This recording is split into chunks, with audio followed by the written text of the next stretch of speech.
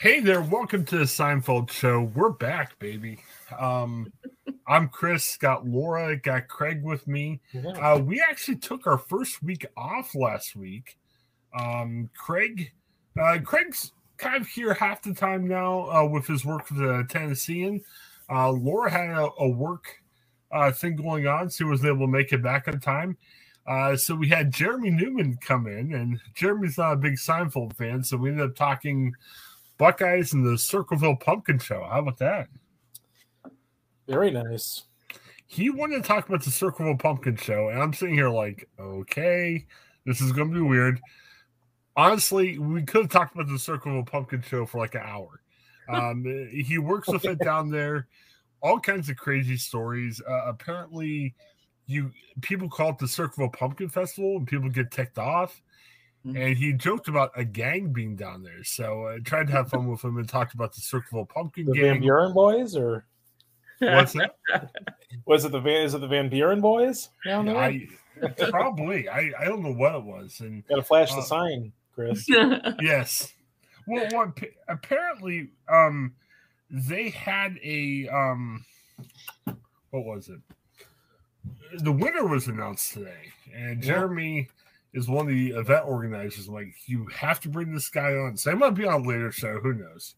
I'm gonna do two guests this week. So I once did a story on a guy from Put-in Bay taking his giant pumpkin down to the Circleville show. So wow, I have a little bit of backstory on that. So yeah, this guy was growing giant pumpkins, and he was taking it all the way from Put-in Bay across the ferry and then onto the mainland and down to Circleville. Oh, wow. Yeah, just lots of strange stuff is going on there. It's I don't know. It's very interesting. So, like I said, when I first heard we could be talking pumpkin shows, like gasping in horror, but no, there's all kinds of strange people involved with that. So, all right, but we're here today talking about Seinfeld. We're to the airport episode. What do you guys think? Thumbs up, thumbs down?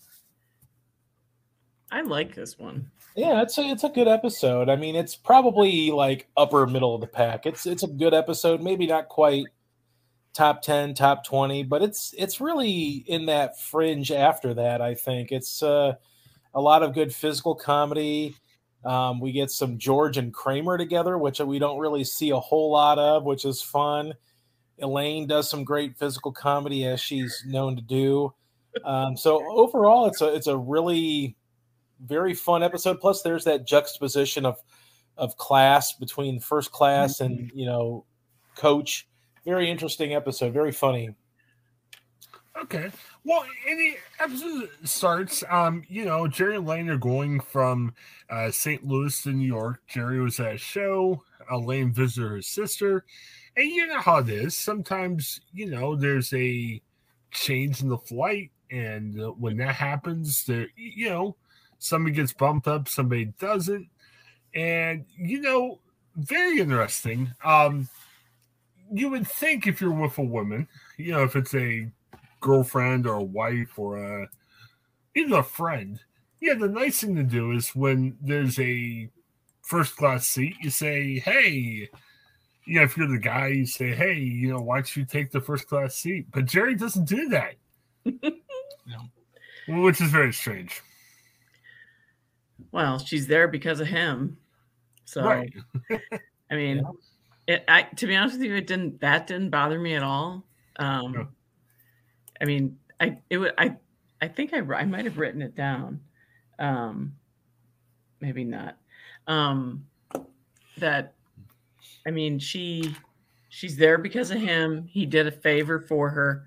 Why should she get first class? There you go. Yeah. Jerry kind of claiming his right, I guess. I don't know. Have you guys ever ridden first class in a flight? No, never. I wanted to tell a quick story about that. It was funny. When we adopted our daughter, and she's 10 now, we adopted 8 months. So this is 10 years ago. And man, for a couple of years, I was flying a lot. And I don't think I've flown in 8 years. So this is about the time where it seemed like I was flying all the time. my father-in-law, kind of his gift to us was, hey, I've got points.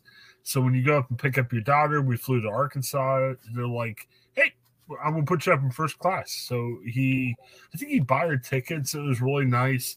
So on the way back is when we had first class, and we thought, hey, we're bringing a baby back. It would be nice. Very crazy riding in first class. I was in the first class with John McCain, which was really? crazy. Yeah. Wow. And it was great. I mean, I like politics, but I mean, John McCain was like political hero. I mean, so it wasn't just like, oh, cool, I'm riding for the center. I'm like, oh, it's John McCain, and loved the guy. And then he was there was like probably 10 people in the cabin, and everyone had to walk through first class to get back to coach. So it was funny because everyone was, as they were walking back, so wow, it's John McCain. Hi, John McCain. And he was nice. He talked to everybody. People getting ticked because the flight was a little bit late because everyone was stopping to see John McCain. It was kind of crazy. But we get up in the air, and then the guy sitting by me, he starts talking to me. He's the Attorney General of Arkansas. I'm like, whoa, what the heck? Wow. And then the guy in the front, he didn't say anything, but he had a big guitar and he looked like a rock star. I'm like, my goodness, who's all in first class? It's like every first class have like politicians and rock stars or whatever. I mean, it was crazy. I mean, I want to ride first class more. Did you get a chance to shout at John McCain? Did you talk to him at all? Or yeah, it was funny. We were kind of the talk of first class because we had a baby, and she's a person of color, so I think people assumed that she was adopted baby. So he had a bodyguard by him that was talking to us the whole time. And then at the end, I'm like, oh, I got to talk to John McCain. So I shook his hand, thanked him for his service, and I forgot John McCain, his family adopted a little girl of color too. So he was sharing with us his experience with that and everything. That was great. There were so many questions I wanted to ask him, like, what was up with picking Sarah Palin and stuff like that? But I felt like I should just not say anything. So I kind of let that go. But, it was a great experience. And I just bring that up because, yeah, I mean, first class, I guess I didn't sip on anybody hot, maybe like Jerry did. But my goodness, the first class, I mean, I'm sure there's not celebrities in every first class you go to, but it was kind of crazy all the people that ended up being there. It was really strange. Are you saying John McCain is not hot? Oh, well, I should ask you that because where's he on the Bucky Dent? The Bucky Dent? Oh, yeah, he's way below. Way below Bucky Dent. Way below. I think some women find the white hair attractive. I'm not sure on John McCain, but if you like white hair, I mean, hey, the silver fox, Yeah, this was silver. Nobody more silver. It was funny. Yeah, I don't want to have John McCain hijack Seinfeld, but they called the first class, and I walked up front, and I looked right behind me, and John McCain's a pretty distinctive person with his white hair and everything. And I almost said double take, and I think he looked at me like, okay, this guy knows who I am. I looked down, and he had this big duffel bag with Sarah John McCain on. I'm like, yep, I know it's him. So kind of give him the head nod, but yeah, it was fun. But yeah, but Jerry had that experience too. I liked how the episode showed how different first class was with Coach. And I know they play up a little bit, but yeah, first class is very different. It was funny. Jerry's sitting by an attractive woman. They're relaxed. They get a lot of stuff. It's very good. While Lane is just getting hassled in the back and Coach. I liked how they showed that. It made it fun. Did you get a ice cream sundae in first class? I will say they gave us drinks during the boarding process. Okay. So, I was like, oh, I'd like some drink. They made people wait to get through first class to give me a drink, and the plane hadn't even taken off yet. So I'm sure. Nice. You know me, I'm not rich at all by any means, but I'm sure people were kind of upset about that. I didn't realize they were going to do that. It was very strange. But Jerry was having fun. He got food and everything, while Lane was getting hassled. I love when Elaine tried to go up front, and they're like, "Oh, go back." Jerry really played it up. Poor Elaine. I have to say, my favorite part of this, and it's because my mom used to make this noise all the time, when she falls into the guy's lap and the guy goes, where he goes like a tisk noise, and she gets up and she's like, yes, at the guy. I love that just because my mom used to do that all the time. So funny. So this is also the second time that George has been face to face with somebody who's basically like a killer, right? Yes. The criminal justice system of the early 90s was not that good. Yes. And they both, I mean, this guy, I don't think gets away, but he does get George into a position where we should probably all be worried about George's safety. Yes. Well, he makes it out alive though, and he's yelling out the window. Did it ever say where they were going? The other Grossbard and his lady. I don't really know. I don't think it ever did. Isn't this the strangest thing where, like, this is the first time, but, George and his airplane escapades, here he's, Kramer talks him into buying tickets, and then he'll just, get reimbursed for canceling their flight. And then he goes and buys the Super Saver tickets, and he can't cancel them. And of course, this kind of is a nice foreshadowing for when George is, going to be the boyfriend and get the death certificate, issue. Yeah. And, Kramer's like, oh, you buy the tickets and I'll get the points and blah, blah, blah. We'll reimburse you. And of course he doesn't get the death certificate and does not get reimbursed. And here he just presumably is not reimbursed for the 2 tickets as Kramer coaxes him into buying 2 tickets. And it just does not work out for George at all. So George has a very high limit on his Visa card. Yes, what we learn here in this series. He has no job. No, but he has a very high level. He's found a way to get a nice line of credit, though, hasn't he? Yeah. I love how he's proud of that too. I mean, can you imagine? I don't know. Have you ever, or anybody ever been like, man, I got this great limit on my Visa card. This is awesome. I don't think I've ever bragged about that. Have you? No. I wouldn't want to brag about that publicly, especially because what if someone's like, oh, you don't say, and then steal your credit card or, do something to you, whatever. And all of a sudden you're buying like $40,000 gold rings and stuff. Yeah. Yeah.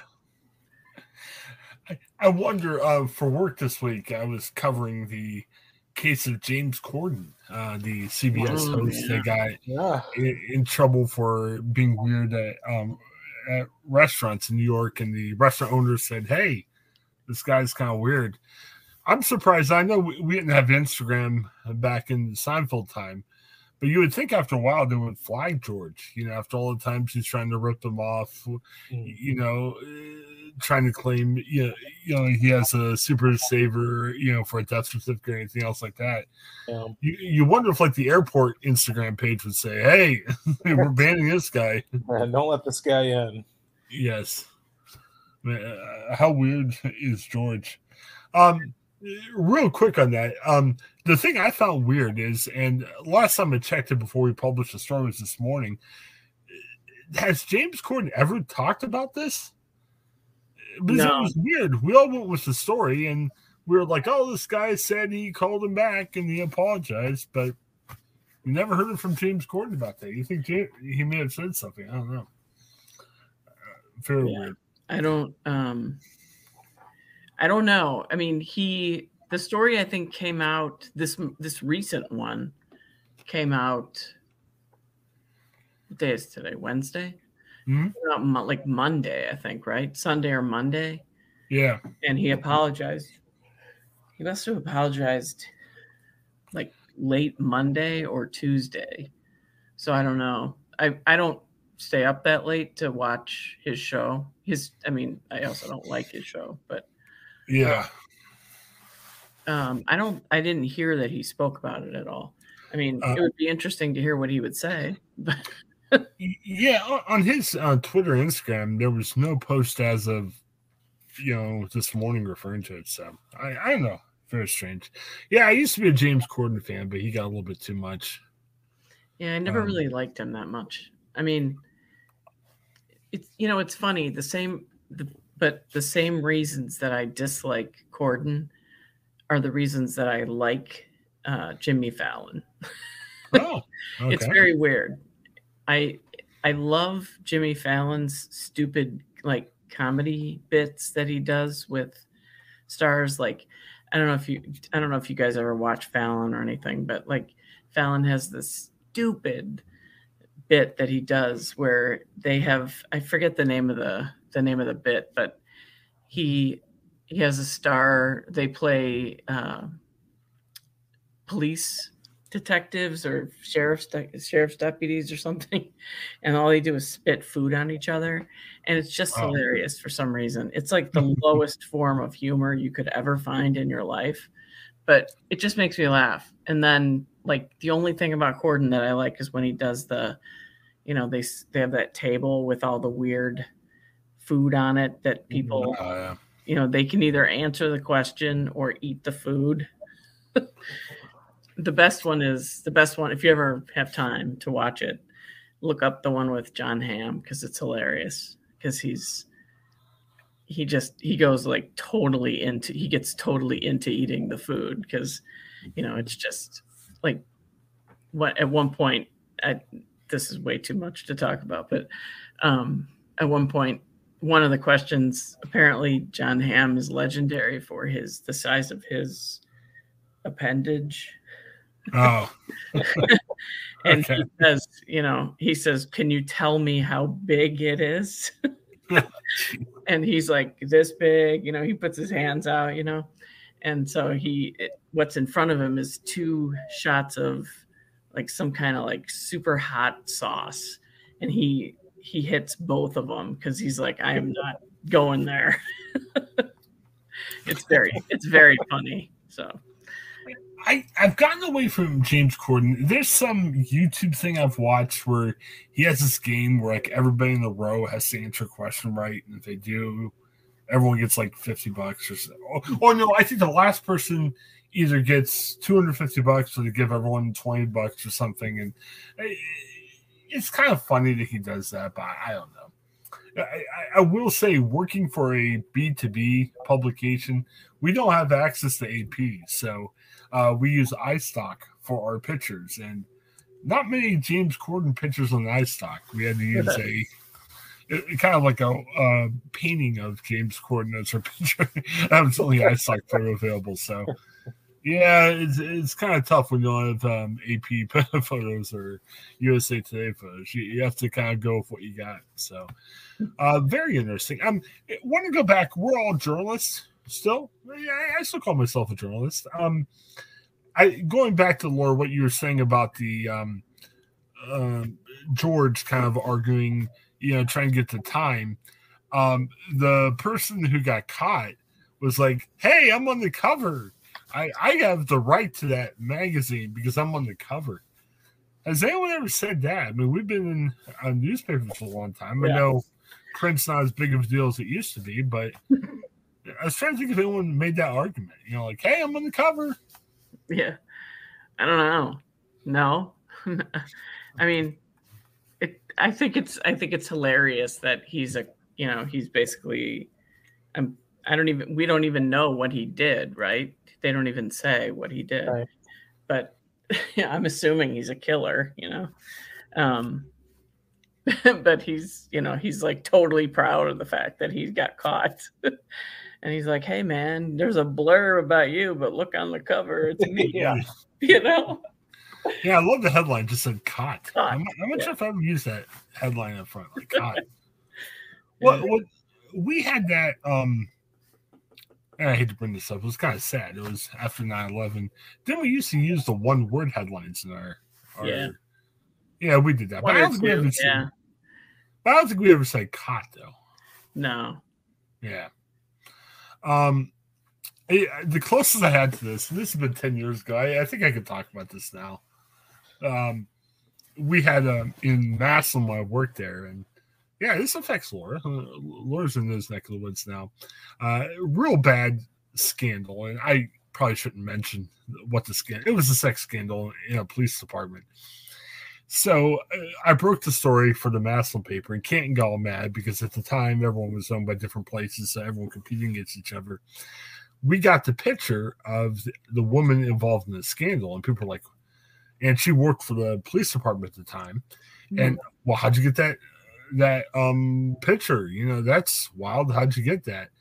Turns out the person let me in on the story because they wanted to know when the story would break. So they told me about a week in advance. I got the exclusive, blah, blah, blah. I don't think I was able to run the story early, but I had a lot more detail than some of the competitors and everything. Her thanks was she dropped off a picture. So she knew, and, you know, I could tell you off air, very sordid details. I mean, you'll be embarrassed if you're in it. But she gave me her picture, so it would be the only person placed with a picture for her as a thank you, so she knew when the story would hit the paper. Very strange. Was she was the I'm trying to figure out how to ask the question. Was she the sexer or the sexy? Was she like public official or? They were both public officials. Oh, that was interesting. Oh yeah, it was. Nice. It was. There was three. I probably shouldn't say. I can tell you after we off the air, but there was three different scandals like that going at one time in one department. Nice. It was crazy. I remember coming back to the newsroom. I actually sparked an HR complaint. Not that I was making fun of it, but we had a newsroom meeting and they're like, well, why are you late? I'm like, there's this crazy story. And even talking about it, someone complained about it being an HR complaint. And all I was saying was, you know, they're like, what happened? I'm like, you'll never believe this. This is so crazy. So, yeah, very, very strange. All right, well, back to Seinfeld. So I thought that was funny. You know, someone like, I have the right to that. Apparently now in journalism we can't do that. You know, someone's not gonna be like, "Ooh, I'm on the front page of the website. This is great." I don't know. Very strange. Our industry has definitely changed. So we're finding ways of griping about it. So you know, George and Kramer, you know, they're getting all these hijinks, waiting for Jerry and Elaine. I like how Kramer comes sliding down the baggage chute when they come back. I thought that was interesting. How funny is this that, you know, they go back and forth between JFK and between LaGuardia? Like, it's so funny that in this day and age, I wonder if something like that would be a bigger issue or less of an issue with texting and maybe being able to have better input on when, you know, because they're, you know, they go to the airport and they literally are waiting and waiting and waiting, and then they look and they're like, oh, it's been rerouted, and then they go to the other airport and then, oh wait, it's been rerouted, and it's like that's got to be kind of a little bit of a hell for them.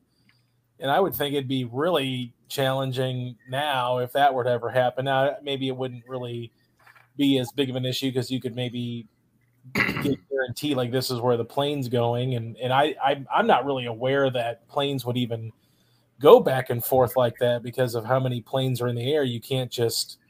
That happened to me once. Okay. Yeah. Well, there you go then. Okay. It happened. I was going to visit a friend of mine in Chicago. Okay. And I was supposed to go to O'Hare, but I ended up at Midway.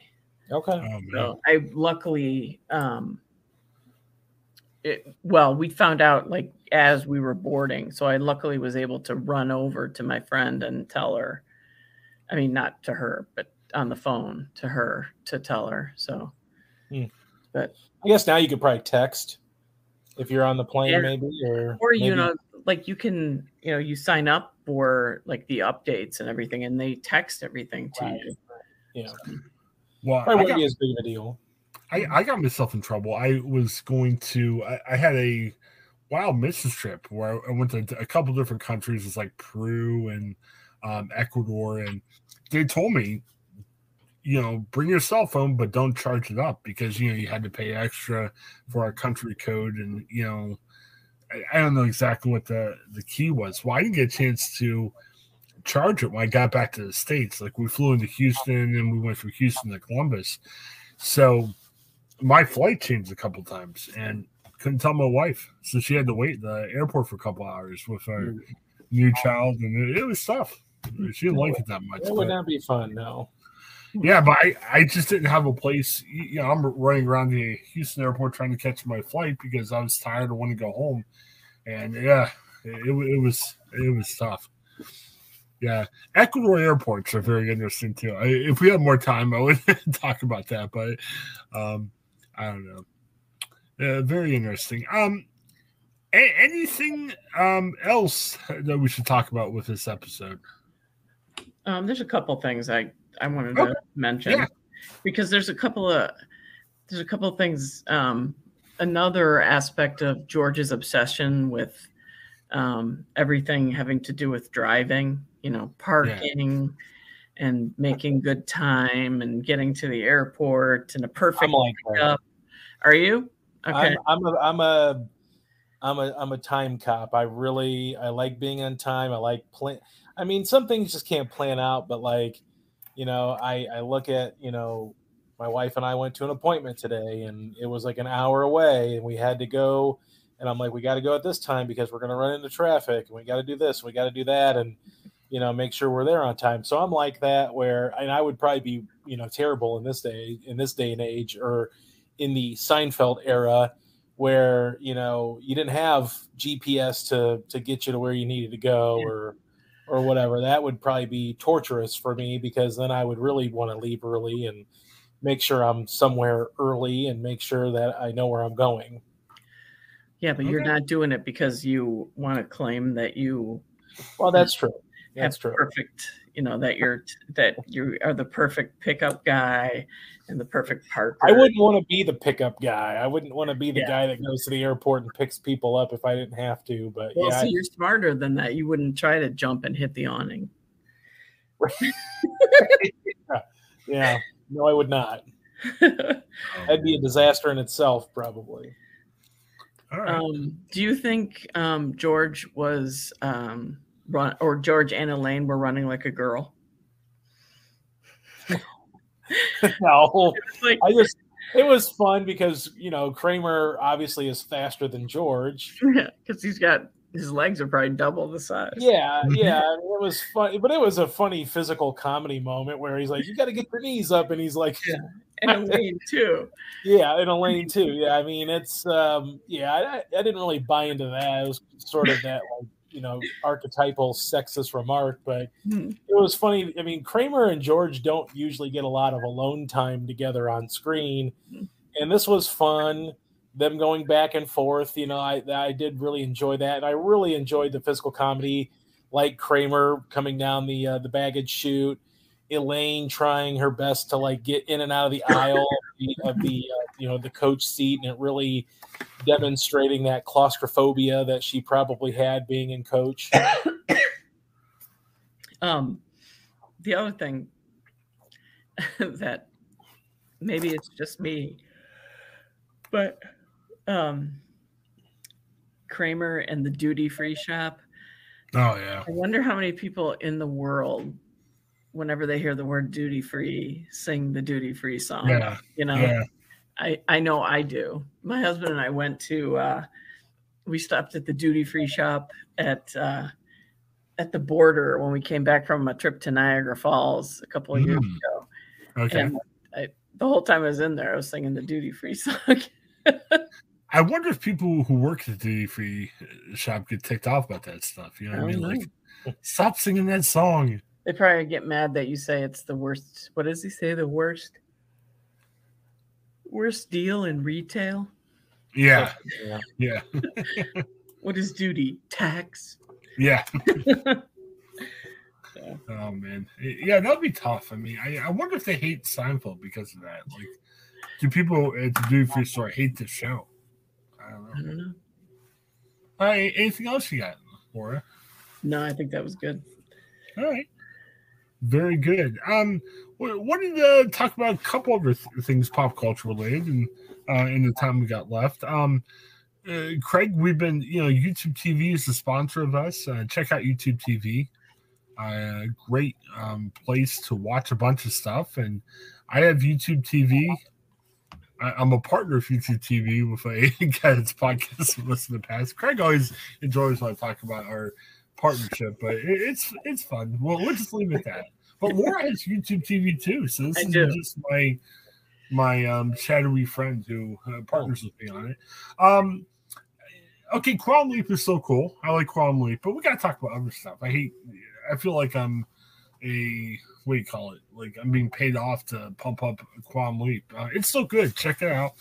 I checked out La Brea. I've never checked it out yet. That's some crazy stuff. I want to get back there. I kind of like the time travel fiction of it, and I checked out one show. I'm not quite sure what's going on. I got to go back. Have you guys ever seen La Brea before? No, I have not seen it, but I've heard good things about it. Yeah, it's crazy stuff. There was like a sinkhole in Los Angeles, and people dropped in a sinkhole, and everyone's like, "Oh, they probably died. This is horrible." Well, this excuse me. Yeah. Oh. Yeah, I'm gonna die talking about the tar pit. The tar pit is getting Chris. Yeah, really. But no, they fall into everyone thinks they're dead, but to go back in time. 10,000 BC, a lot of them go back to. No, thanks. That would be fun. Yeah, and there's all kinds of crazy animals. Like, oh man, geez, sorry about that, guys. Do you get to take your cell phone and have it work? Probably not, huh? Probably not. Yeah, I've seen the show I watched was like season 2, episode 1, so I'm not sure if they went to that. There really wasn't any cell phone references. But it was strange because, people think they're dead. And then once they find out that they're in past times, other people will jump in the sinkhole to try to, get their family. So there's a lot of emotional ties to it. But at the end of the episode I watched, somebody jumped back into a pit and they went to 1988. It was kind of weird. I don't know what's going on. I got to feel it's going to be like that Lost, on ABC, where it's so you almost have to invest and watch all the shows. Right. Pretty good. The Quantum Leap they had. What was it? Apparently, there's another guy leaping in the new show. We just found out this week, and the guy's mad at the new Quantum Leap guy. He's like, "Hey, quick, follow me around with your jumping." This is my time machine. Yeah. Well, and then the other thing is, the new guy's quantum leaping. The guy who goes with him, like in the old show, was this military retired guy. Well, now it's this girl that they were dating, but when he jumped, he forgot about her. But now they know each other, so they're kind of like dating as they're leaping together. Kind of a romantic story. Maybe Scott Bakula should have dated the military guy. Maybe that would have made the old Quantum Leap more interesting. I don't know. Yeah, you got to make it a little bit different. Craig, are you watching anything new or different or old? Or old. Or old, or whatever. Craig, I'm sure you're watching something. What are you watching this week? I think he might have frozen. Yeah, he either froze or he's very upset that I asked him my question. I think he froze. Yeah, I'm back now. Yeah, it's a weird little freeze incident there. Yeah, where do we leave off? Where are we at here? Well, what are you watching this week, Craig? You got to watch something. Yeah, well, like I said before, my wife and I are still kind of binging through The Big Bang Theory. However, on Monday night, the 17th, the second season or part 2 of The Vow appeared on HBO and HBO Max. The Vow is the detailing of the NXIVM sex cult that you may remember hearing in the news a few years ago. But it's a very engrossing documentary. The first season, which came out a couple of years ago, was very interesting, sort of detailing this cult-like figure who sort of like really manipulates a lot of these people into joining his cult. And, there's talks of branding and, submissiveness and things like that. A lot of actors and actresses were involved in this. Allison Mack, probably the most famous of the group that really was at the head of the table, so to speak. But now they have season 2 in which the entire cult was crumbled. They don't want to call themselves a cult, but it's a cult.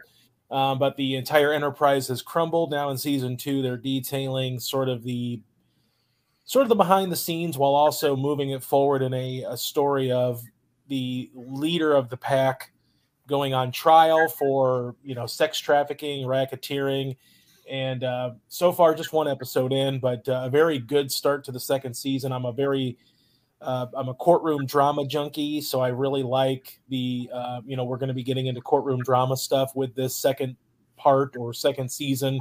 So it's every Monday night at, I think it's 9 o'clock for me, but I think 10 o'clock, or actually no, 9 o'clock East time, I think, on HBO. And then of course HBO Max at the same time, or whenever, you have the availability to watch. So very good episode to start the season. So I'm very excited to see where this part 2 kind of takes us.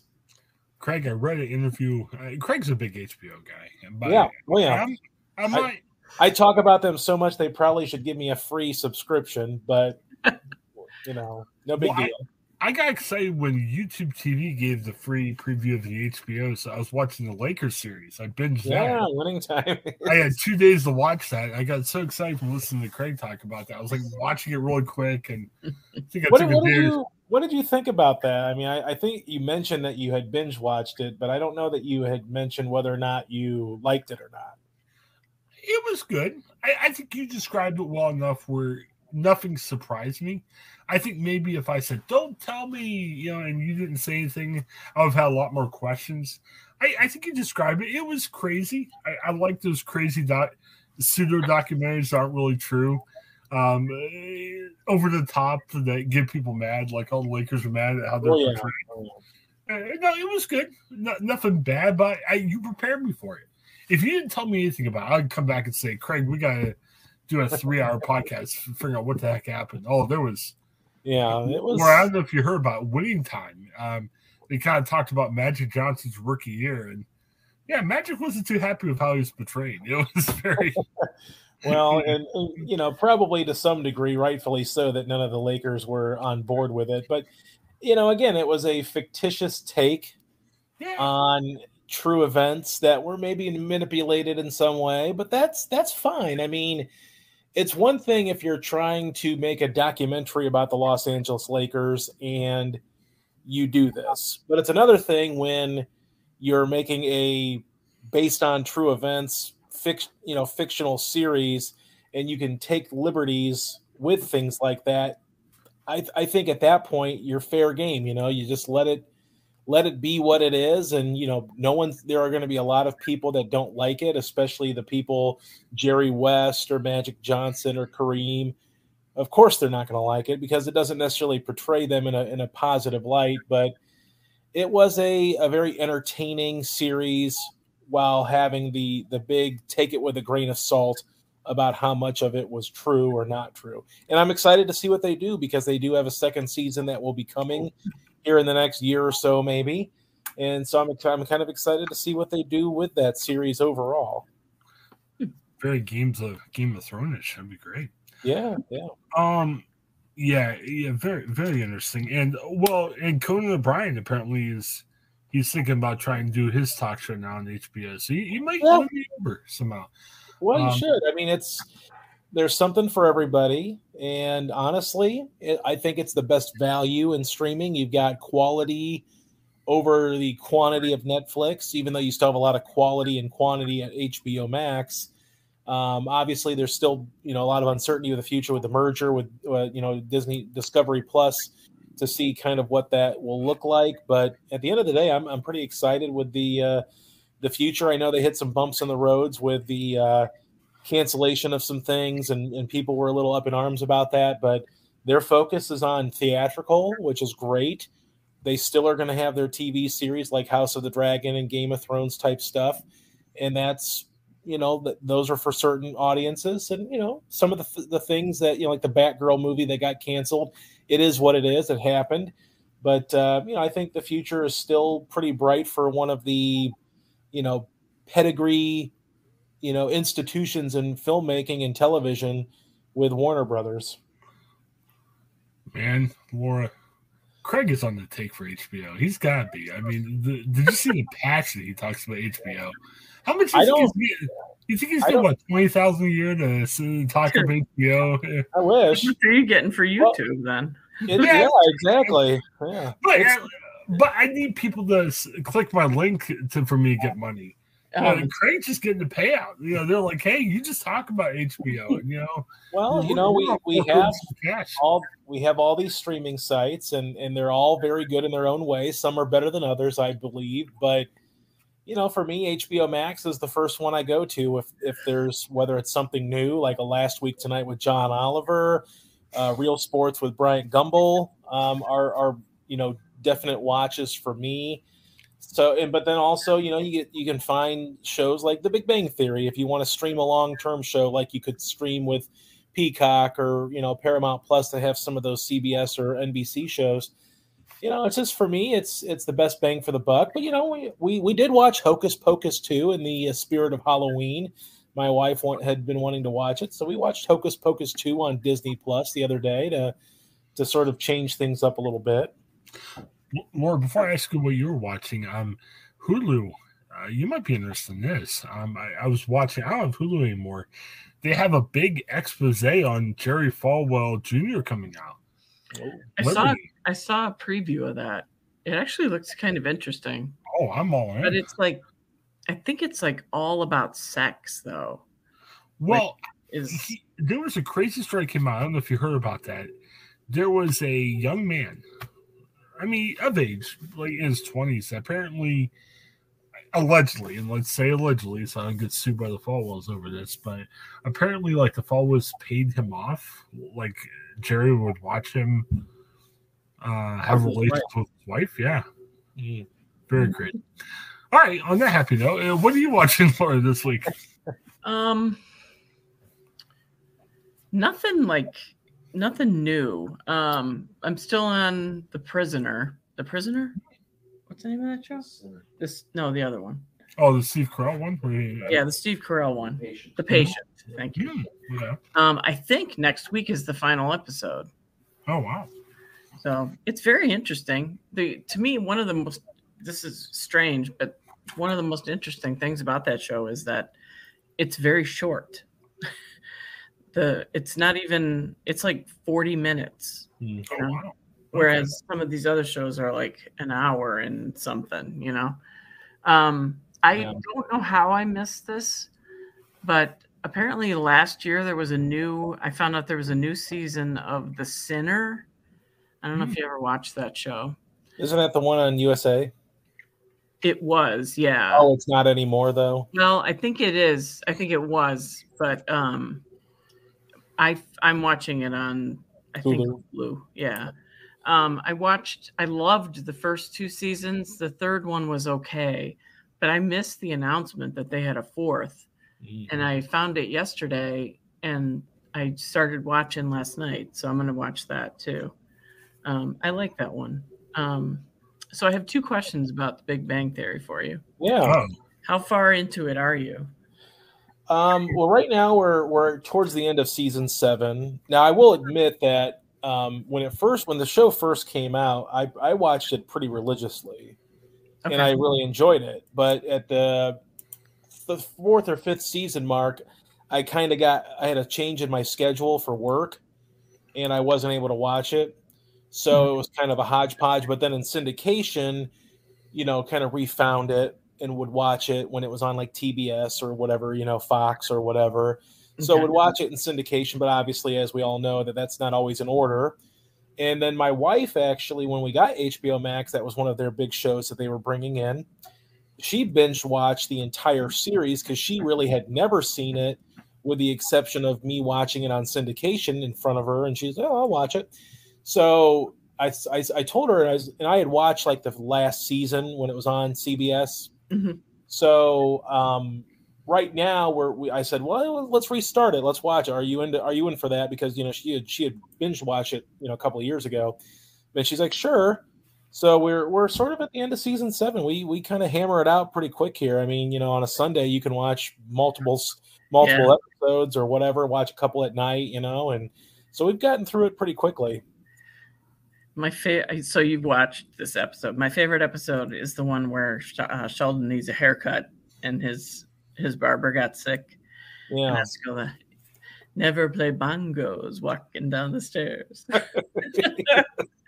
And the other one that I love is I don't even know where the guys went, but Sheldon and Penny are at the apartment and she falls in the shower. Oh, and he has to go to the hospital and drive her for the. Yeah, I mean it's a consistent, like it's one of those shows where, for me, it's probably not like Seinfeld where there are so many like great shows and then there are kind of bad shows like or bad episodes of that show. Big Bang Theory is consistent to me. It's kind of like, there might be jokes that stand out as opposed to singular episodes where you're just like, oh, that episode was perfect from start to finish. For me, it's almost like I just kind of look at it like they're all on a pretty similar field for me. There might be ones where if you're like, hey, if this one's on, you might sit and watch it. But then there might be other ones where you might, I don't really, whatever, the side stories or whatever story doesn't really appeal to me as much. But I think for the most part, that's one of the beauties of this show is that even though they might not have like those singular episodes that Seinfeld has or that other shows might have, consistently through, there's great jokes, there's great performances. And I think generally they do a pretty good job of making each show just as good as the last episode. So it's not like this episode's dog crap and this one's not, and this one's great and this one's not. It's pretty consistent throughout the 12 seasons. All right. Very, very good. Hey, a couple really quick things. Craig and I, Joe had to take a break from podcasting. He had some family stuff come up, which is fine. Wanted to kind of get a little quick taste of our YouTube podcast. Did you guys check out Pittsburgh Dad at all? I did. Yes. I know Laura's got some experience. She lives in Pittsburgh for a while. What do you guys think real quick? We'll do this for a minute or two. I thought it was pretty funny. Okay. I did not see that. I didn't see the. Did you send the link out? I didn't see the link. Yeah, it was in the link for this. Okay. Yeah, it was at the end. It's okay. I mean, like I said, I'm not sure if we're going to have time to watch 20-minute episodes to do a big, long explanation. So trying to throw some real quick videos at the end. Pittsburgh Dad, he's a comedian. Laura, I'm thinking you probably appreciate a little bit more from a lot of Pittsburgh sayings, Pittsburgh isms, and what he said. Not to say you're not a football person. I know you're not a Steelers person, but I'm assuming you liked it for a bunch of that stuff they threw in there. I like some of the jokes about Cleveland, the Browns too. Yeah, pretty good. Yeah. And he was going. I forget the gist of the joke, but where he was like going through different team names. And he goes, and Cleveland is Cleveland, which is true, Okay. And he basically was like so embarrassed that the Steelers lost to the Browns. Yes. Well, have you ever seen a video of his before? Yes. Okay. Yeah, I mean, he does it based on his dad. It's kind of like a one-person show where he's kind of like imitating his dad and stuff his dad would say. He has a lot of videos about a lot of stuff going on in Pittsburgh. But, Steelers are big in Pittsburgh at this time. So he does a weekly video kind of looking at the game. I like it because I used to get really, really upset.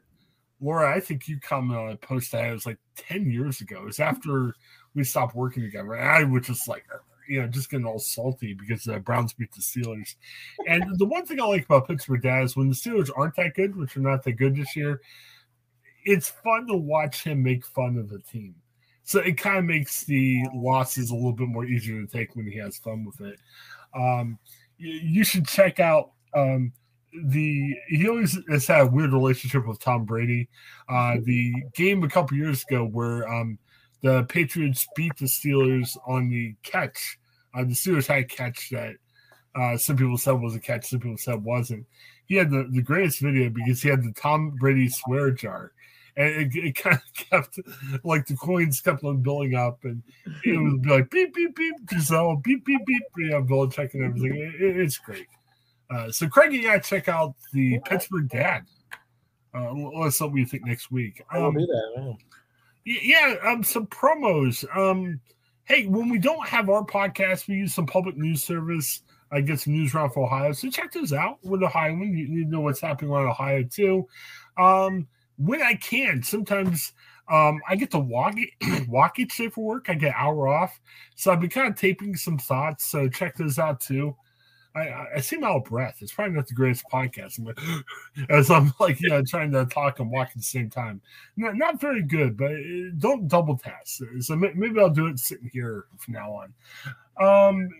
We talked with Peter Holland. Peter's kind of tired. It's his first McKinley Massel week, and he feels a little overwhelmed. But it was fun talking about football stuff.